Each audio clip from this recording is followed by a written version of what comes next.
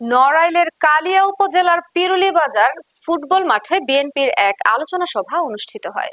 এতে ৩১ দফা বাস্তবায়নের জন্য দলীয় শুদ্ধি অভিযানের দাবি তোলা হয়। বিস্তারিত থাকছে নজরুল ইসলাম নবীনের।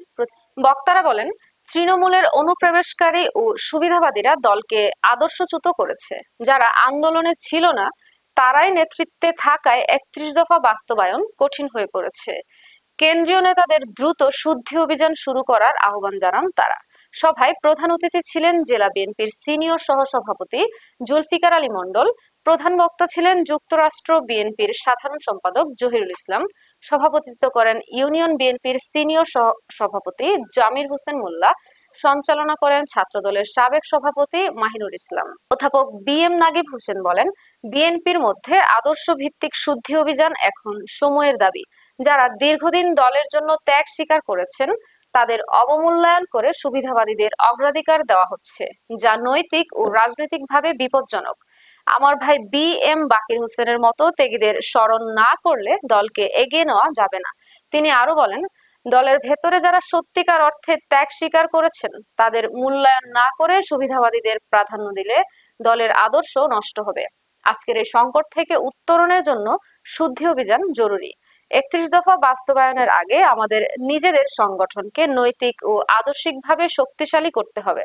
সভায় আরো বক্তব্য দেন লেফটেন্যান্ট কর্নেল অবসরপ্রাপ্ত এস এম সাজ্জাদ হোসেন, অধ্যক্ষ এস শাহ আনন্দ, সেলিম রেজা ইউসুফ, গুলাম কিবরিয়া মিঠু, রবিউল ইসলাম রবি, এম রেজাউল করিম, জামির হোসেন মোল্লা ও রবিউল ইসলাম সাগর।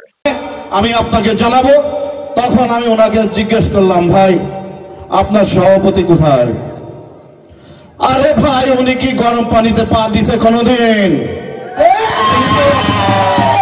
উনি তো সিঙ্গাপুরে। হাসিনার পালান হলো ৫ তারিখে, ৭ তারিখে দেখেছি আমাদের বড় ভাই মোটরসাইকেল বহরটাউন নিয়ে হাজির এলাকায়। অতিথি পাখি কে ভাই? আমার কথা শুনছেন এবং আপনাদেরকে আমার দেখে খুব ভালো লাগলো। আপনারা খুবই শান্ত মানুষ, কারণ ধানের শীষের মানুষ কখনো অশান্ত হয় না। কারণ আমার নেতা শহীদ রাষ্ট্রপতি জিয়াউর রহমান বহুদলীয় গণতন্ত্রের প্রবক্তা ছিল, যার কারণে দল মত নির্বিশেষে বিভিন্ন ঘরের, বিভিন্ন পেশার, বিভিন্ন জায়গার লোক এনে উনি দল গঠন করেছিল। তাই আপনারা দিন শেষে আমরা যারা ধানের শীষ করি সবাই আমরা এক থাকবো এবং আপনাদেরকে আবারও দৃঢ় চিত্তে, দৃঢ় কণ্ঠে এই পিরুলি বাজার, যেটা কালিয়া নড়াইলের সংযোগ স্থল বলা হয়, যেখানে এদেশের এই কালিয়া সর্বোচ্চ ভোট ব্যাংক, সেইখানে আমি বলে যাচ্ছি, জাহাঙ্গীরকে আগের দিন কোরস দিছিলাম, এবার 7টা কোরস দিয়ে গেলাম, নমিনেশন পাবে না ইনশাআল্লাহ। এবং আমাদের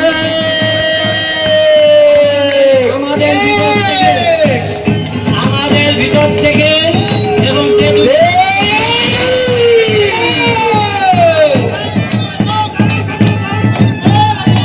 আমরা সবাই থাকবো, আপনারা সবাই থাকবেন ইনশাআল্লাহ। এবার টিয়া পাখির জন্ম হবে না।